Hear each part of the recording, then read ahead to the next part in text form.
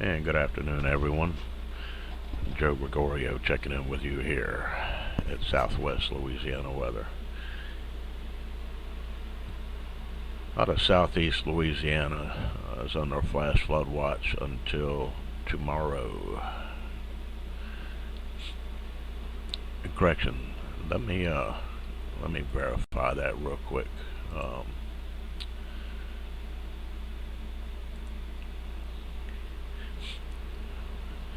Before I get into any more detail here. Yes, flash flood watch is in effect for southeast Louisiana until Tuesday at 7 p.m. And that does not include southwest Louisiana. And the reason for that being here is you're looking at a radar with the timestamp from 10 o'clock this morning. And this is going to be a 7-hour radar loop. And what I want you to do is, while you're looking at the loop, you can see all the rain streaming in from southwest to northeast, but it's actually rotating, and this is an upper level low that's situated between Oakdale and Ville Platte. It's actually a broad area, a mid-level low, if you will, and it's a cutoff low at the moment. And it's basically going to stay parked there until things start to subside and that thing gets out of here midweek. As high pressure begins to build in, and I'm going to put the radar into motion here, and as you can see, there's a clear spin here on radar, a very broad spin. And you look over here at the timestamp as we're going through. And this is a piece of energy that was ejected, if you will, from Hurricane Hannah, and this kind of puts a butterfly in my stomach, because although it isn't the exact same scenario, it does kind of remind me of August 2016 and the Great Flood. And that's certainly not what we're going to see, but cutoff low off to the northwest of southwest Louisiana.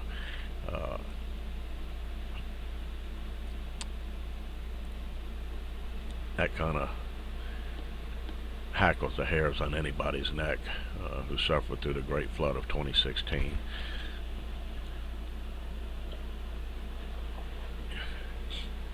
The problem with this is, as of we just had a new scan on the radar, so we'll get the 5:10 p.m. animation. So the problem with this being is that you can tell that this is a tropical type low, because of it flares up and then weakens, and then it starts to flare back up again.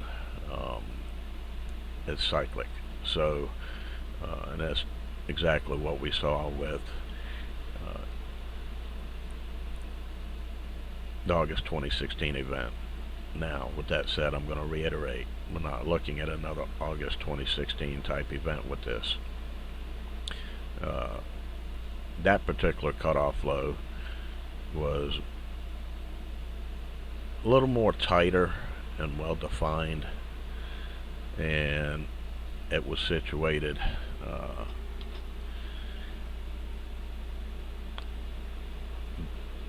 basically around here in 2016, and it kind of meandered back and forth just within 25 miles to 50 miles at the most, east and west, before it eventually ejected off to the west a bit, and there was another upper low over here that eventually picked it up and ejected it out of the area. Now, with that said,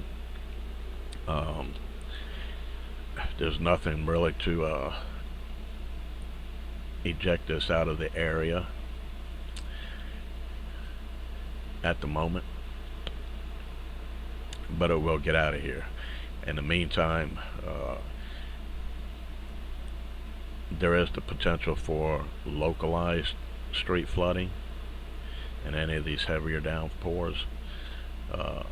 Southwest Louisiana, we're going to get a few showers and thunderstorms out of this, but not to the extent that parts of Acadiana, or I should say eastern Acadiana and southeast Louisiana, are going to see out of this thing.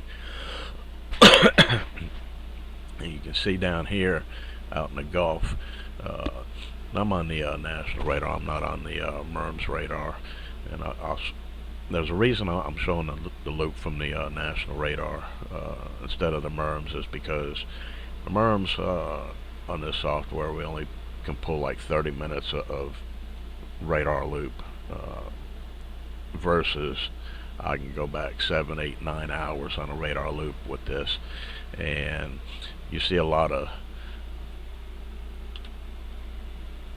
these little green areas here that are popping up. That's just return clutter, showing high moisture content in the atmosphere. It's not actually rainfall. But where you see the darker greens and the yellows and oranges and reds, that is your rainfall. So again, through tomorrow and probably into Wednesday, the folks in southeast Louisiana need to pay particular attention. If you come up on a flooded street, turn around, do not drown. A lot of people can't afford to have their vehicles totaled or repaired if they get stuck in flooded streets. Your typical nuisance spots, the Acadian overpass, a railroad overpass there, Acadian and Perkins, Governor's Mansion curve,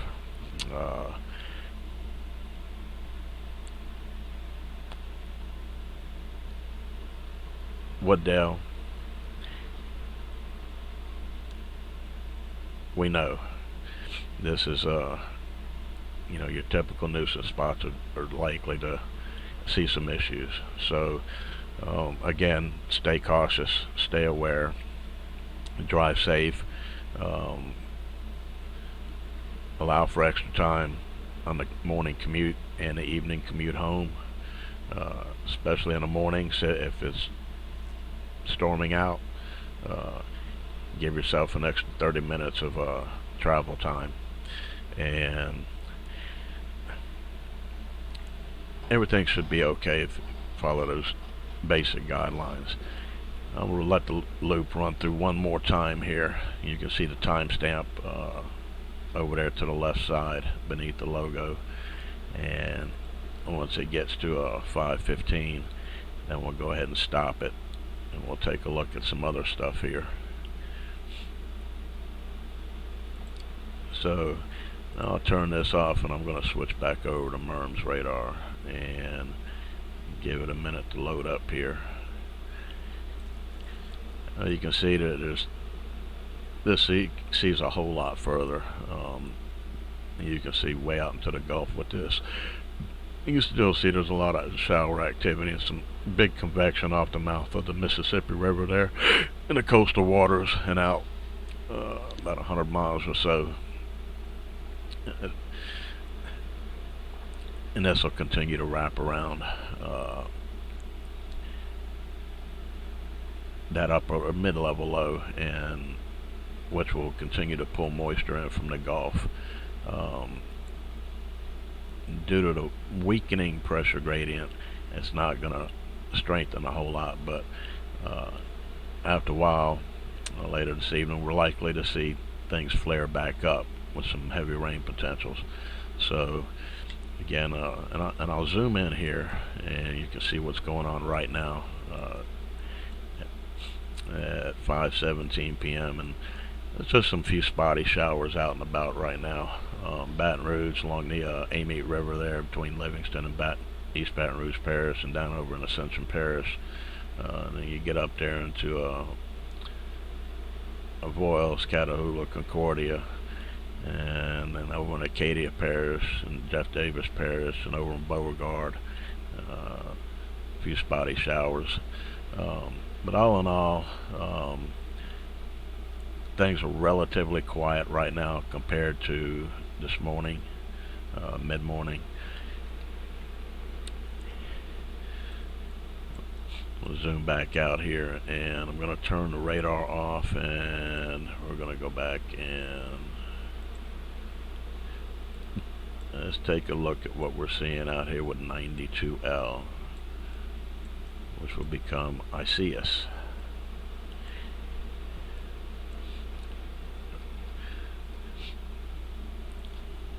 And you can see the model tracks are really in fairly good agreement of where this thing is going to go.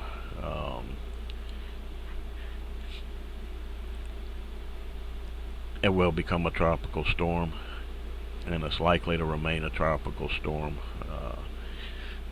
Once it gets out of the skirts the islands there, Hispaniola, Puerto Rico, and gets into the southeastern Bahamas, then it'll start to turn.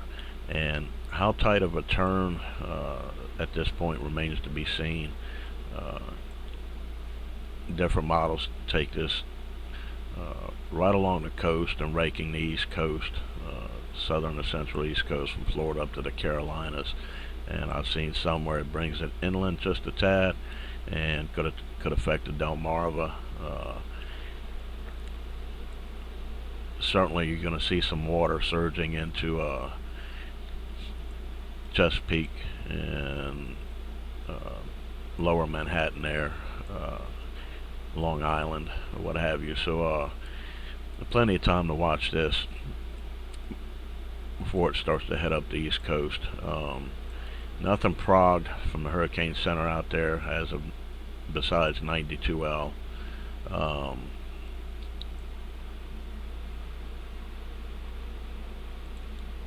So it's really not too overly concerning, and we shouldn't have anything developing in the Gulf for the short to midterm. There is another plume of Saharan dust coming off the coast of Africa, which is going to aid in inhibiting a lot of development for the time being. But as we get into mid to late August,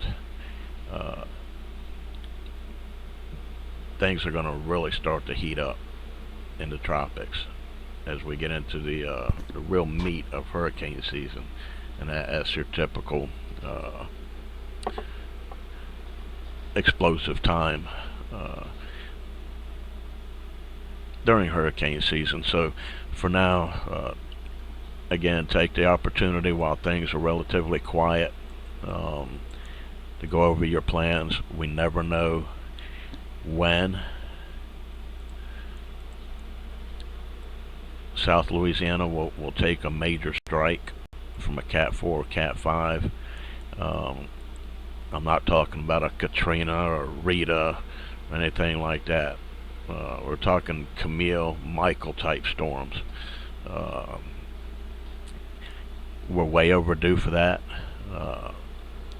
I had a discussion about that with a meteorologist in Baton Rouge, a TV station there that I'm friends with, and we are overdue, long overdue, for a major catastrophic strike. We never know which year it's going to be, and it's not a matter of if, but when. So, I'll continue to reiterate that, and be diligent, vigilant, and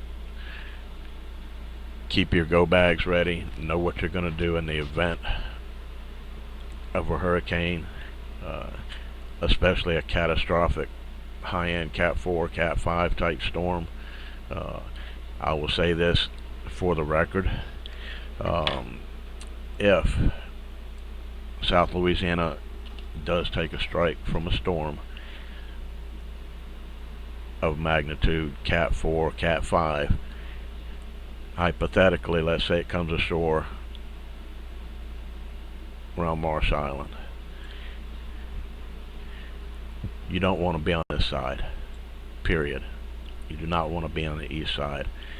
Your evacuation routes that go north, when those evacuation orders are given, you go north, but you do not go east. Absolutely do not go east, period. Why? Because once this thing comes in and rakes southeast Louisiana, it's going to continue, and then it's going to eventually turn towards where? The northeast. And what that's going to continue to do as it moves northeast, it's going to be bringing in copious amounts of deep tropical moisture. And as that happens, if you're over here up in the northern areas of the southeastern United States, you're going to be subject to big time inland flooding. So we all know that the west side of any tropical storm or system is the weak side. So when you get the evacuation orders, where do you want to go? You go north, and then you hit the first major highway or interstates going west, and you don't stop until you get at least 100 miles away from where the projected landfall is. And the reason I say 100 miles, because that gives you an extra leeway and margin of error in case the hurricane were to shift a little more to the west, and as sometimes they do. You have to take that extra measure of precaution. So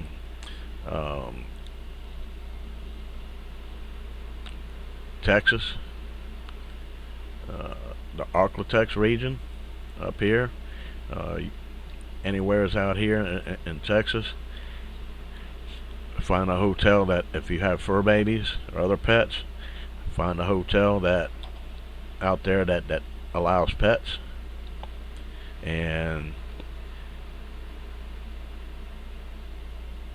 boogity boogity.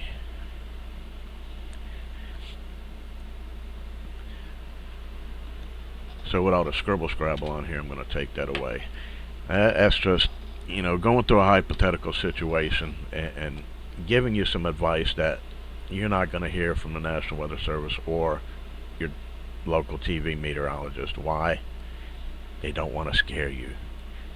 The government does not want to scare you. They do not want you to know all of the facts. And I say that because we know what the fake news media is like. All of them. So, again, bear that in mind. You go north to get away from the coast, and then you start heading northwest and west, away from the projected center of landfall. You're not going to have much time to do that either.